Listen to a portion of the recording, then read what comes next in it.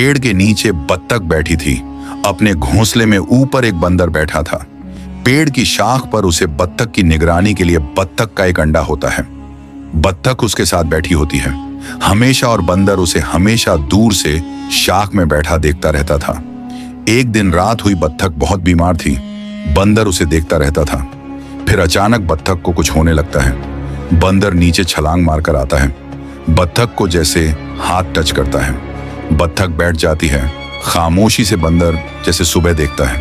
बत्तख मरी पड़ी होती है और बंदर रो रहा होता है। उसका अंडा साथ में पड़ा होता है।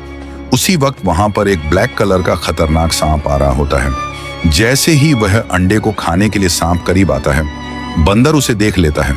बंदर उस अंडे को उठाता है और सांप से बचकर वहां से भागता हुआ जरा होता है। सांप उसके पीछे पीछे आ रहा होता है। बंदर आगे कांटों वाली बहुत सारी झाड़ियां थीं। बंदर उनके ऊपर से कूदकर भाग रहा था। अंडे को बचाता हुआ सांप पीछे पीछे आ रहा होता है। बंदर जाकर पहुंचता है एक बड़े वादे में। वहां पर एक मुर्गी बैठी होती है। अपने अंडों के साथ बंदर दीवार फांद कर चला जाता है और उस अंडे को मुर्गी के अंडों के साथ रख देता है और फिर वहां एक पेड़ के ऊपर चढ़कर बैठ जाता है और हमेशा उसकी निगरानी करता है। जब भी आसपास हलचल होती तो बंदर नीचे आकर उसे अंडे को देखता और फिर पेड़ पर बैठ जाता है। एक दिन वह अंडे फूटने लगे। उनमें से एक बत्तख का बच्चा निकला। बाकी सब मुर्गी के बच्चे थे। मुर्गी हमेशा अपने बच्चों को प्यार देती है और उस बत्तख के बच्चे को कभी प्यार नहीं देती थी। बत्तख का बच्चा उन बच्चों को देखकर रोने लगा। काश इनकी माँ है, काश मेरी भी माँ होती।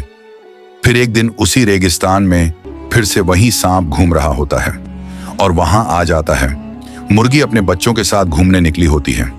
अचानक वहां पर सांप आ जाता है। सभी मुर्गी के बच्चे डरकर उसके पीछे जाकर खड़े हो जाते हैं और बत्तख का बच्चा आगे चलकर आता है और सांप से लड़ने लगता है अपनी जान से। तभी अचानक वहां पर बंदर आ जाता है। बंदर के पास बहुत सारे पत्थर कंकड़ होते हैं। बंदर पत्थर मारता है और सांप को मार देता है। फिर मुर्गी उस बत्तख के बच्चे को सीने से लगा लेती है और कहती है, बच्चा किसी का भी हो, बस अपनी माँ से प्यार और हिफाजत करने वाला होना चाहिए। ऐसी ही वीडियो देखने के लिए शेयर और सब्सक्राइब जरूर करें।